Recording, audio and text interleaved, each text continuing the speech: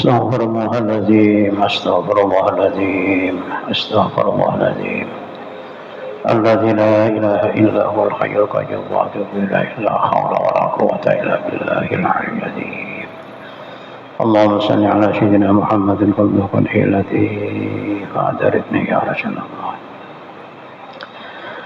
إلى حضرة النبي المصطفى محمد صلى الله عليه وسلم وعلى آله وأصحابه وأزواجه وذرياته وأهل بيته أجمعين وجميع المسلمين والمسلمات والمؤمنين والمؤمنات خصوصا إلى آبائنا وأمهاتنا وأجدادنا وجداتنا ومشايخنا ومعلمينا وأستاذنا ونخص خصوصا على جميع أصحاب البدر شيء لله لهم الفاتحة أعوذ بالله من الشيطان الرجيم بسم الله الرحمن الرحيم الحمد لله رب العالمين الرحمن الرحيم مالك يوم الدين إياك نعبد وإياك نستعين اهدنا الصراط المستقيم صراط الذين أنعمت عليهم غير المغضوب عليهم ولا الضالين آمين.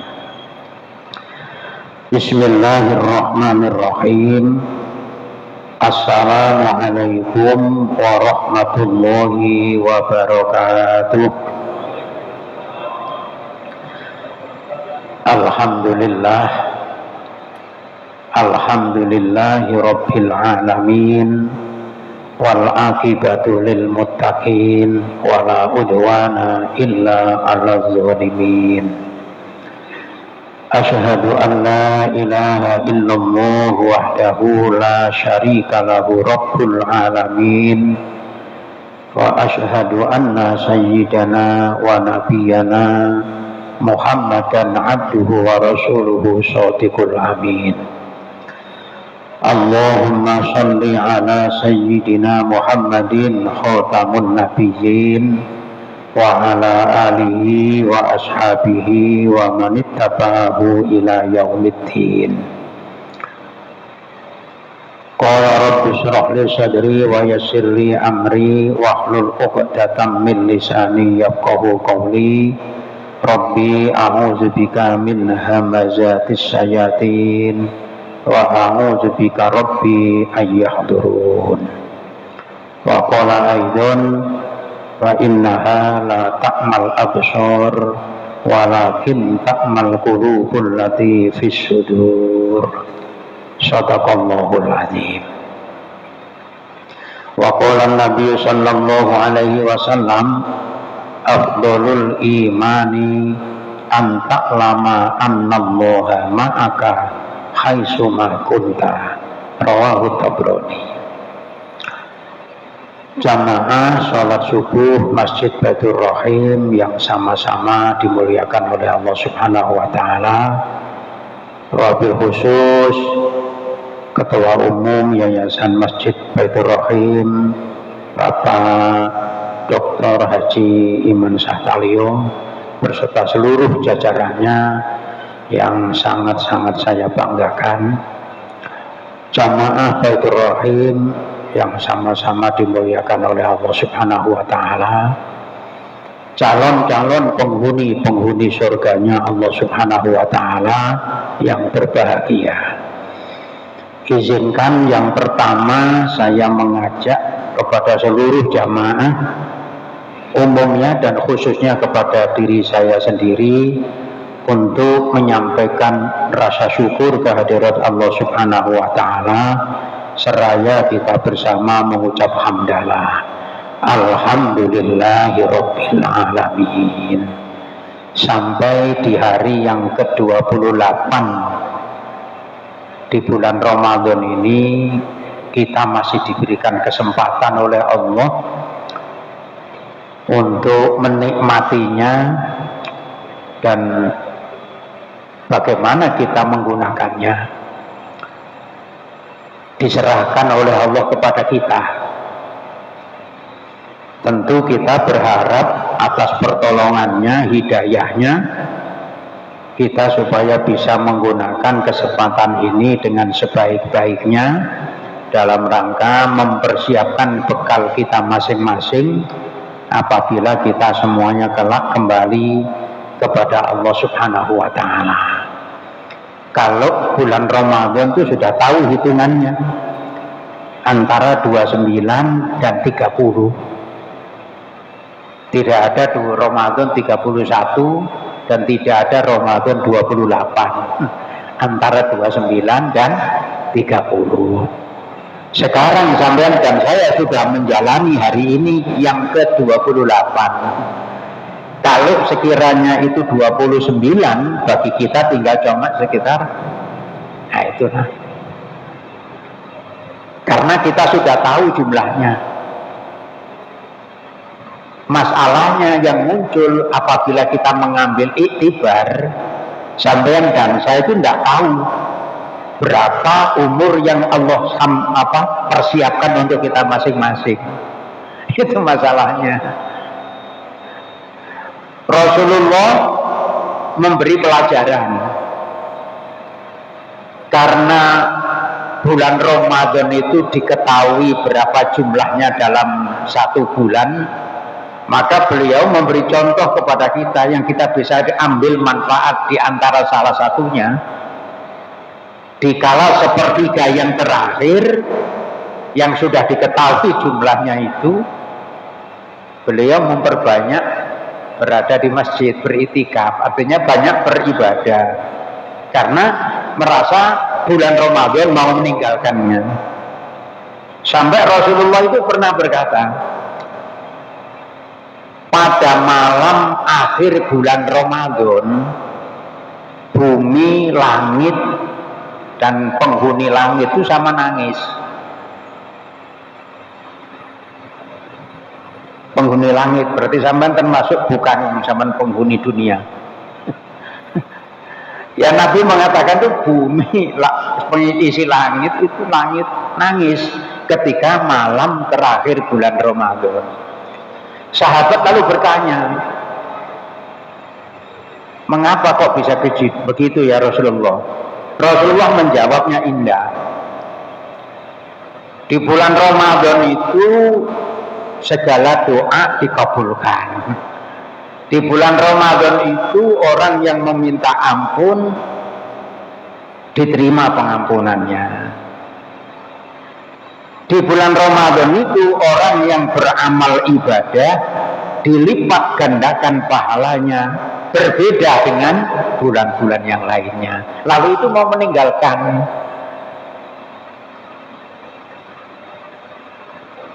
Kira-kira kita dengan ucapan Rasulullah ketika ditanya oleh sahabat tadi, bagaimana sikap kita? Nah, Rasulullah mencontohkan di sepertiga yang terakhir itu memperbanyak beliau iktikaf sampai ketika Rasulullah sudah wafat, intaqala ila rafiqil a'la, itu para istrinya mengikutinya. Beliau beriktikaf. Saya sebut para istri itu karena Rasulullah istrinya lebih dari satu. Kita bangga punya Rasulullah, punya Rasul yang istrinya lebih dari satu. Karena di dalam melakukannya itu bukan dilandasi nafsu, tapi dilandasi wahyu perintahnya Allah Subhanahu wa Ta'ala. Ada yang pernikahannya itu dilandasi karena sebagai bentuk perubahan hukum. Nah itu. Nah, mudah-mudahan kita semuanya ikhlas menerima, sekalipun kita tidak mampu melakukan, ikhlas. Saya sampai sekarang masih terngiang-ngiang. Salah satu ada ustadz yang ternama di Indonesia itu anjlok gara-gara poligami. Nah itu karena poligami di-move seolah-olah itu orang laki-laki yang mohon maaf hiperseks dan sebagainya, itu diungkap semua. Padahal kalau itu sampai terjadi bahaya. Karena apa? Karena poligami bukan perilaku yang dilandasi dengan hawa nafsu, tapi dilandasi dengan dibolehkannya oleh Allah dalam menjalankan amaliyah. Nah, soal yang mampu dan tidak, Karena orang yang benci terhadap Islam itu menggunakan berbagai macam cara untuk merusak nilai Islam dengan sikap yang oleh orang Islam sendiri dipandang seolah-olah tidak benar. Padahal itu enggak. Kemampuan akalnya yang tidak mampu untuk menjangkau segitu. Maka itu di dalam Al-Quran sendiri mengingatkan Allah itu. Wa ma utitum minal ilmi illa qalila. Itu tidaklah aku berikan kalian semuanya itu ilmu kecuali cuma sedikit. Jadi semuanya dikembalikan kepada Allah. Apalagi yang dilakukan, yang diamalkan oleh Rasulullah. Kita sebagai umatnya sedikit pun tidak ada yang merasa bimbang atau merasa ragu terhadap apa yang dilakukan oleh Rasulullah. Kalau kita ngaku sebagai orang yang beriman, ragu atau meragukan terhadap apa yang dilakukan oleh Rasulullah, maka iman kita dengan sendirinya gugur. Maka dijaga iman kita ini. Sebab iman itu yang menata kita dan menunjuk kita kepada keselamatan yang hakiki. Nah, mudah-mudahan di akhir bulan Ramadan ini kita semakin hari semakin paham betapa besarnya perhatian Allah kepada kita sampai dipertemukan dengan bulan Ramadan. Nah, karena saya dan sampean tidak diketahui berapa jumlahnya umur, diingatkan kita dengan syair yang biasa dibaca, yang dikenal dengan syairnya Abu Nawas itu. Wa umrina kisun fi kulli yaumin wa zambi zaizun kaifah timali. Umur kami itu setiap hari selalu berkurang. Karena ibarat kalau umur yang tadi tumpuan seperti bulan Ramadan diketahui 30 hari atau 29 hari, setiap hari kita jalani, maka Ramadan tidak semakin tambah, tapi Ramadan semakin kurang. Sekarang kita sudah jalani 28 hari. Kalau seorang Ramadannya 29 hari, tinggal kita cuma 1 hari saja. Begitu juga umur kita.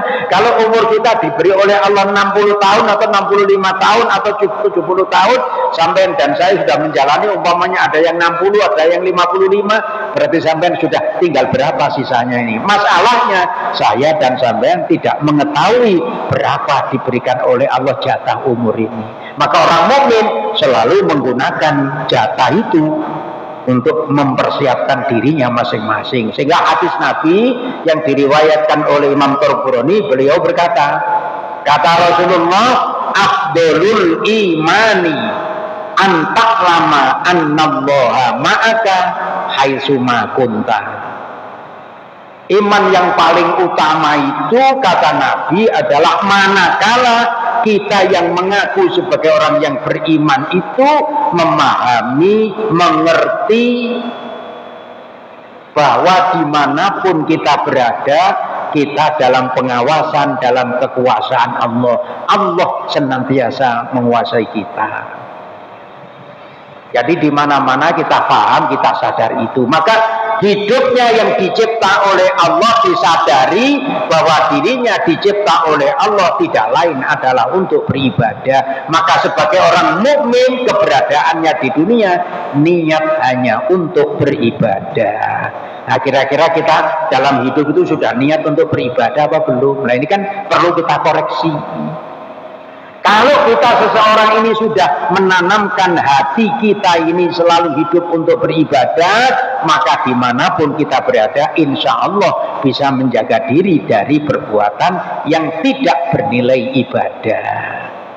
Karena niat kita sudah ibadah. Nah, ini berlandaskan Al-Quran yang sampai dan saya sudah hafal ayatnya itu.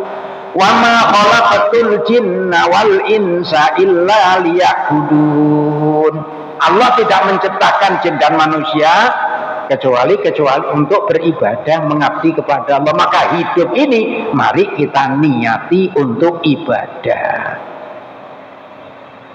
Termasuk sekarang yang kita jalani ini. Saya dan sampean pagi tadi sebelum melakukan sholat subuh, selesai muadzin mengumandangkan azan, selesai melakukan sholat sunat qobliyah subuh, lalu sampean dan saya diajak untuk berzikir bersama-sama. menyatakan ikrar ketauhidan kita di hadapan Allah Subhanahu wa taala dengan mengucap kalimat ya hayyu ya qayyum la ilaha illa anta. Yang sampai panggil itu zat yang maha hidup, zat yang maha berdiri sendiri. Sampean dan saya hidup itu karena dihidupkan. Sampean dan saya ada karena diadakan. Dia yang kita sebut, yang kita ikrarkan di waktu pagi, ya hayyu ya qayyum, itu dia hidup dengan dirinya sendiri. Ketauhidan kita diajak kita. Maka ketika sampean ada kesempatan diajak untuk mengucapkan ya hayyu ya qayyum, semuanya kalau memang tidak dalam salat zikir, dalam salat sunat mengucapkan ya hayyu ya qayyum la ilaha illa anta, dalam hati kita sadar dan menyadari bahwa kita menyebut zat yang maha hidup yang berdiri dengan dirinya sendiri. Kita akui bahwa tidak ada yang berhak dituhankan kecuali Dia. Tauhid. Nah ini orang memohon istighfar, memohon ampun dalam Al-Quran hendaknya didahului dengan kalimat tauhid. Fa'lam annahu la ilaha illallah wastaghfir li dzambik. Ketahui tidak ada hak yang berhak dituhankan kecuali Allah. Mohonlah ampun kepadanya dengan akibat dosa-dosamu. Tauhid dijaga. Nah diajak kita la ilaha illa anta ya hayyu ya qayyum la ilaha illa anta, dibaca sampai 40 ya, 44 ya, 41 kali la ya hayyu ya qayyum la ilaha illa anta ya hayyu ya qayyum la ilaha illa anta. Lalu kita teriak di hadapan Allah, wa aslih lanal a'mala fid dini wad dunya. Siapa yang bisa untuk menuntun kita? Siapa yang bisa untuk memberikan petunjuk kepada kita kalau bukan Allah Subhanahu wa taala yang maha hidup, yang maha berdiri sendiri? Maka kita minta kepada Allah supaya di dalam menjalani kehidupan ini amal perbuatan kita senantiasa diberikan oleh Allah amal yang baik dunia akhirat. Ini wa aslih lanal a'mala fid dini wad dunya. Lalu 4 doa sampai kumandangkan. Nah itu ya Allahu biha ya Allahu biha ya Allahu bi husnil khotimah. Sampai minta kepada Allah hidup kita itu ditentukan baik dan tidaknya di akhirnya. Sampai ingat peristiwa sahabat Nabi yang dikenal namanya Sa'labah. Bukan main Sa'labah itu, sampai dijuluki hamamatul masjid, menempatinya masjid. Tidak pernah ketinggalan sholat berjamaah. Sa'labah. Kalau sudah sholat berjamaah ditunaikan selesai salam, dia tidak banyak wirid, langsung sudah kembali pulang. Dibiarkan oleh Rasulullah. Suatu saat oleh Rasulullah ditanya, wahai Sa'labah, aku perhatikan kamu setiap selesai salam nggak lama kamu kok sudah tinggalkan, ada apa? Ya Rasulullah, saya ditunggu dengan istri saya. Pakaian yang saya pakai ini mau digunakan oleh istri saya untuk menutup auratnya melakukan sholat. Nunggu Sa'labah. Jadi cepat, artinya hidupnya dalam keadaan kekurangan. Lalu Sa'labah meminta, berjalan waktu meminta kepada Allah lewat Rasul supaya didoakan menjadi orang kaya. Rasulullah menjawab, Sa'labah, ini mungkin lebih baik buat kamu. Sa'labah tenang. Berjalan berikutnya minta lagi sampai permintaannya dikabulkan oleh Rasulullah. Singkat cerita, Sa'labah diberikan oleh Allah menjadi orang kaya. Akibat kekayaannya itu mulai dia lupa kurang. Orang yang kaya berhak mengeluarkan zakat. Kambingnya Sa'labah itu digambarkan dalam sejarah itu memenuhi lembah. Hitungannya kalau menurut itu kurang lebih hampir 40.000 kambing. Nggak tahu ya kayak apa itu sejarahnya. Setiap 40 ekor kambing itu zakatnya 1. Kalau 40.000 itu berarti berapa itu? Sudah banyak ya, sudah terserah aja itu banyak. Hitung banyak pokoknya. Nah, ketika sahabat mau minta untuk diperintah Rasulullah mengambil zakat, Sa'labah ngomong bahwa itu bukan zakat, itu perampasan. Allah murka. Lalu dibalik hatinya, dirinya menjadi orang yang rusak imannya, mati tidak dalam keadaan husnul khotimah, matinya dalam keadaan su'ul khotimah. Kenapa? Karena dirinya dikuasai oleh hubbud dunia, cintanya kepada dunia. Allah itu kalau membalik hambanya itu mudah. Maka sampai diajak berdoa, ya Allahu biha, ya Allahu biha, ya Allahu bi husnil khotimah. Itu bukan sembarang-barangan doa-doa yang kita harap. Bagaimana kita bisa mati dalam keadaan husnul khotimah kalau kita tidak senantiasa menjaga ketauhidan kita di hadapan Allah, ikhlas menerima apa yang datang dari Allah Subhanahu wa taala. Ini kan nggak gampang-gampang, perlu perjuangan. Nah, ini harus diawasi oleh kita. Puasa Ramadan akan meninggalkan kita. Sesudah ini sudah 28 hari yang kita lakukan bulan puasa Ramadan itu, apa yang sudah menjadi perubahan dalam sikap kita? Ini kita harus tahu, menanya pada diri kita masing-masing. Kalau istilah bahasa kita itu muhasabah. Diadakan perhitungan Ramadan yang sudah berjalan 28 hari bagi kita, dan kita diberikan kesempatan bertemu di tahun 1443 Hijriah ini, sudah sejauh mana merubah sikap keimanan kita di hadapan Allah Subhanahu wa taala. Apakah kita cenderung semakin sayang dengan Allah, merasa bahwa ibadah itu merasa kebutuhan kita, atau kita di dalam melakukan ibadah itu karena terpanggil sebagai sarana untuk memenuhi kewajiban saja? Ini ditanya dalam dirinya. Nah, kalau sampai dan saya sudah niat hidupnya untuk beribadah, maka ibadah merupakan keperluan dan kebutuhan hidup. Sehingga dengan ibadahnya itu enak saja. Seperti sampai dalam keadaan hidup merasa butuh, merasa perlu makan, maka sampai berupaya untuk mencari makanan. Karena sampai dan saya memerlukan makan itu, membutuhkan makanan itu. Nah, sampai dan saya merasa enggak bahwa ibadah itu kebutuhan kita. Ketika di dalam menjalani hidup niat hanya untuk ibadah, maka ibadah menjadi kebutuhan kita. Nah, ibadah itu nanti ada yang masuk dalam kelompok mahdhah, ada ibadah yang kelompoknya ghairu mahdhah.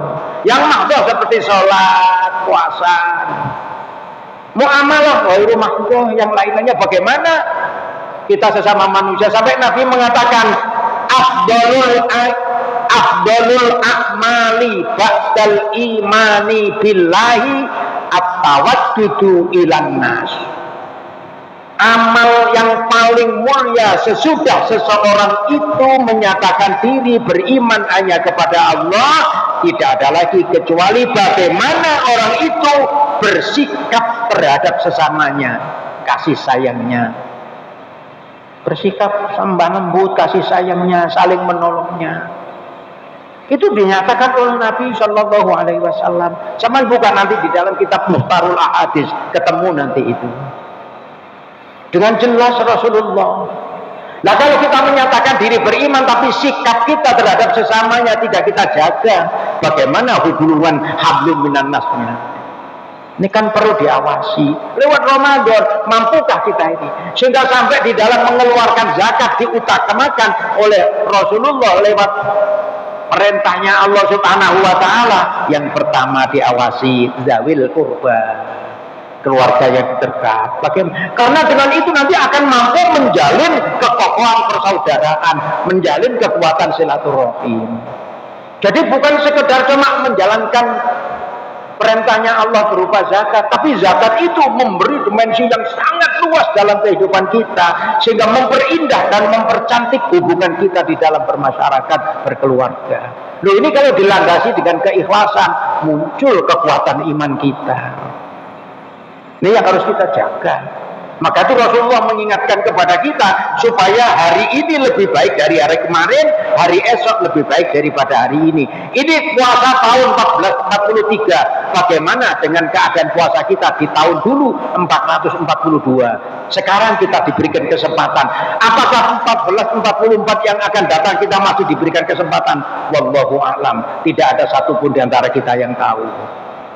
Sampai dan saya mungkin yang sholat yang biasa di Masjid Baitur Rahim, ya saya mohon maaf karena tidak selalu sholat di Baitur Rahim, karena itu sampai sudah bisa mengetahui kadang-kala, oh kemarin saya jejer dengan ini, sekarang sudah tidak lagi, sudah nggak ada lagi. Pelajaran. Kita tinggal nunggu antrian. Pertanyaannya, antriannya ini kita sudah mempersiapkan bekal pada titik itu apa tidak? Semuanya dikembalikan kepada kita masing-masing. Tidak ada sedikit pun Allah memaksanya, menyerahkan semuanya. Maka buka surat An-Nahl 78 itu 68 itu yang membuka. Bismillahirrahmanirrahim. Wallahu akhrajakum min butuni ummahatikum la ta'lamuna syai'an wa ja'ala lakumus sam'a wal absara wal af'idah la'allakum tashkurun. Semua itu sebagai sarana untuk membuktikan mampukah kita menjadi hamba yang bersyukur atau justru sebaliknya. Semuanya dikembalikan kepada kita.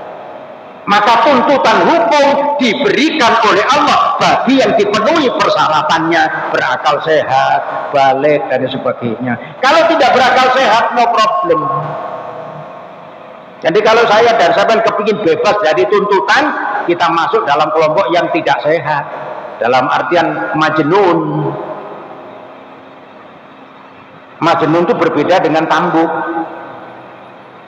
beda. Kalau majnun itu hilang akal, tidak berfungsi akalnya, gila. Malah kemarin di daerah Brebes saya baca itu, Jawa Tengah itu, adiknya membunuh kakaknya. Adiknya usia 56 tahun, kakaknya usia 65 karena. Nah, disinyalir sekalinya adiknya itu dalam keadaan nggak waras. Nah, ya sudah nggak tahu. Nah, sampai dan saya alhamdulillah diberikan oleh Allah kesempurnaan. Tinggal bagaimana mensikapi. Diajak sampai doa. Ya Allahu biha, ya Allahu biha, ya Allahu bi husnil khotimah. Ya Allah, dengan amal yang hambamu lakukan ini, sekecil hambamu melakukan amal ini, jadikanlah dengan penyebab amal yang hamba lakukan ini menjadi kematian hamba, akhir hidup hamba dalam keadaan husnul khotimah. Loh sampai dan saya, ya Allahu biha, ya Allahu biha, ya Allahu bi husnil khotimah. Doanya begitu, tapi dalam kehidupan kita tidak menjaga hubungan kita dengan Allah, hubungan kita terhadap sesama manusia. Mana mungkin ya Allah biha, ya Allah biha akan terbuktikan. Ini kan perlu sebuah jawaban yang besar dalam diri kita. Ucapan doa itu harus sesuai dengan nilai-nilai perbuatan kita. Saya dan zaman teriak Rabbana atina fid dunya hasanah wa fil akhirati hasanah wa qina azabannar. Lalu kita tanya bagaimana sikap kita dalam menjalani kehidupan di dunia ini sehingga nanti di akhiratnya mendapatkan kebaikan. Di dunia kalau kepingin kita nanti di akhirat mendapat kebaikan, dunia kata Nabi kita Muhammad jadikan sebagai ladang untuk berbuat amal. Maka itu dikatakan oleh Nabi dalam sebuah hadis yang sampean-sampean semuanya hafal itu, ad-dunya sijnul mukminin wa jannatul kafirin. Dunia itu penjaranya orang mukmin, dunia itu surganya orang kafir. Lalu kita jadikan apa dunia ini dalam diri kita? Lalu Allah mengingatkan kepada kita bahwa hidup di dunia itu laibun walahun, mataul hurur. Lalu sampai dan saya manusia dinyatakan oleh Allah wa kanal insanu dzaluman jahula. Sesungguhnya manusia betul-betul zalim, betul-betul bodoh. Allah sendiri yang menyatakan bahwa saya dan sama itu kalau ngaku manusia dinyatakan oleh Allah sebagai makhluk yang zalim, makhluk yang bodoh.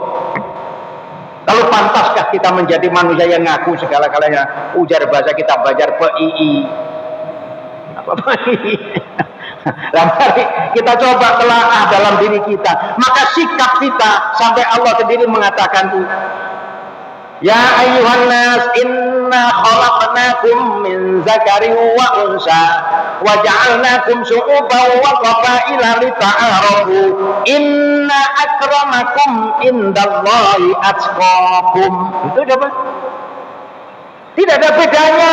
Saya dari Jawa, sampai dari Banjar, sampai dari Bugis, sampai dari Madura, sampai dari Dayak. Di sisi Allah tidak ada bedanya. Karena semuanya ciptaan Allah. Yang membedakan saya dan sampai semuanya ini tidak lain sejauh mana kemampuan dalam hidup itu membawa dirinya sadar di hadapan Allah Subhanahu wa Ta'ala. Nah, ini perlu kita tanya dengan doa yang setiap subuh selesai sebelum melakukan sholat subuh sudah dipimpin kita sama-sama. Ya Allahu biha, ya Allahu biha, ya Allahu bi husnil khatimah.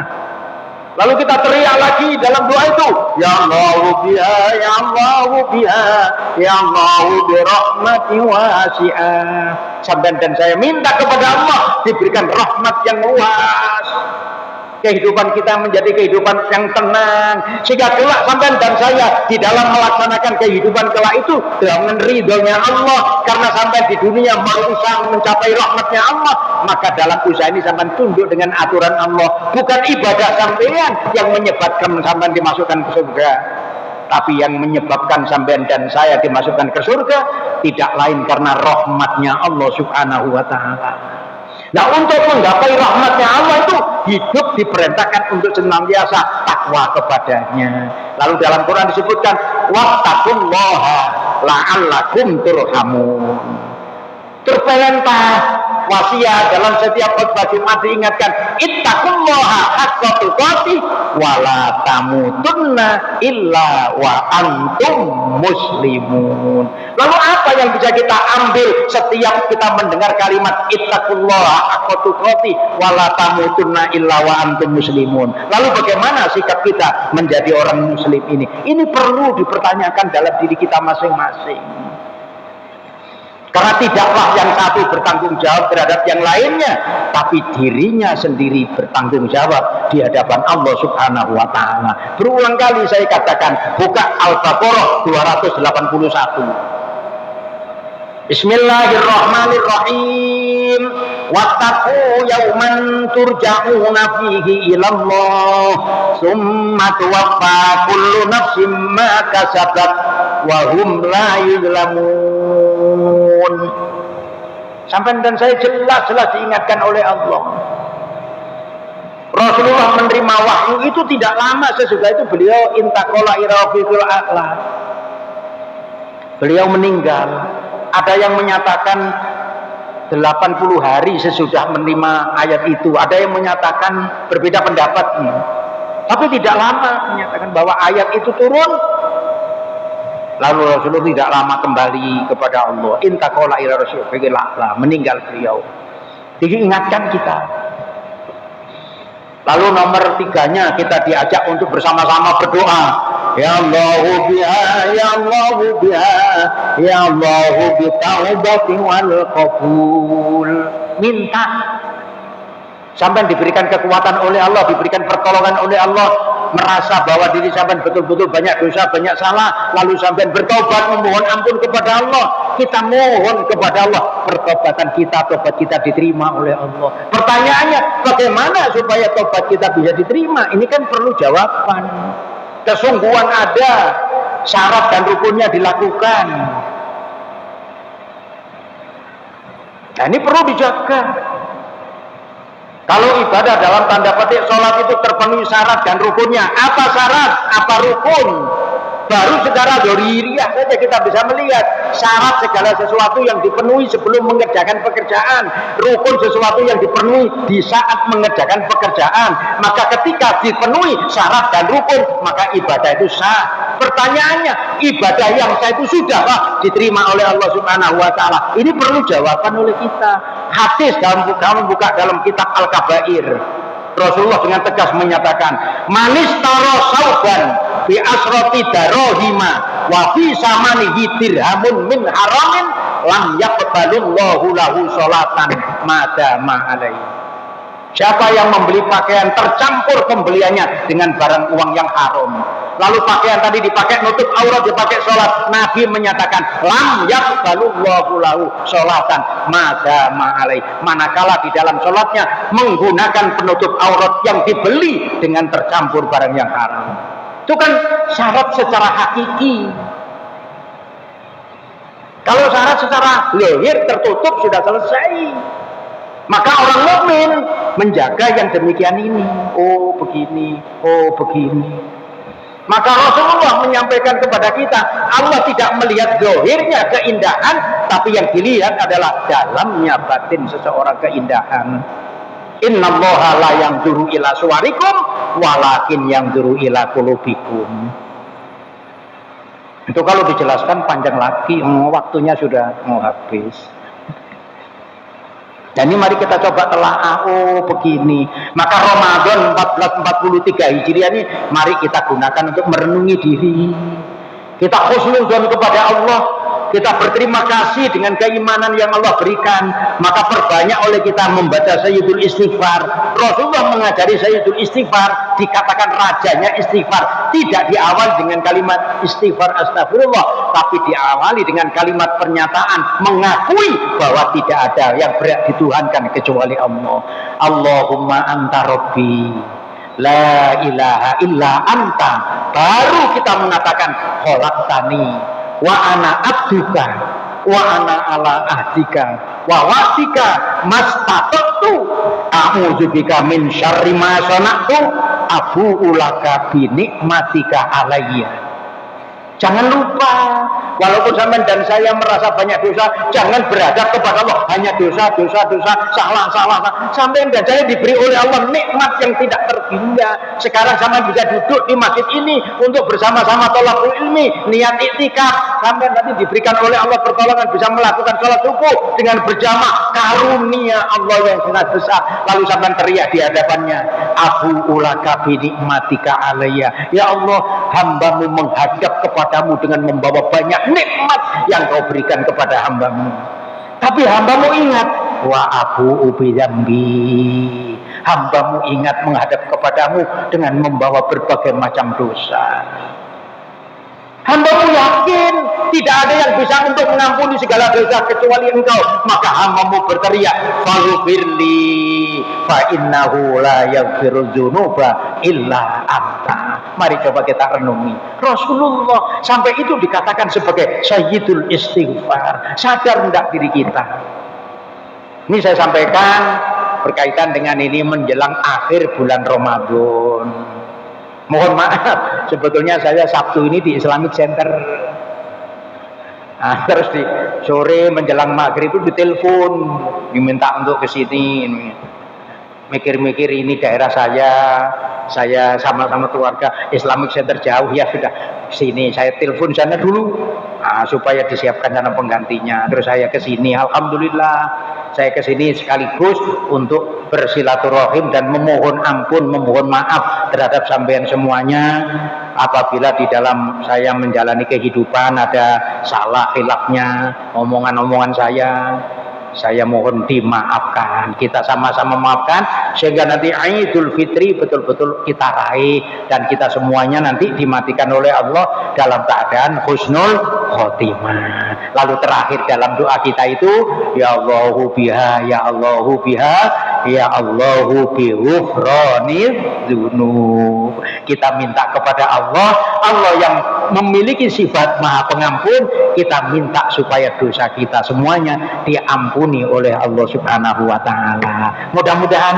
apa yang saya sampaikan pada hari ini ada manfaatnya dan Allah senantiasa menerima sekecil apapun amal ibadah kita, mengampuni sebesar apapun dosa dan kesalahan kita. Dan pada akhirnya kembalilah kita semuanya pastinya kepada Allah Subhanahu wa taala.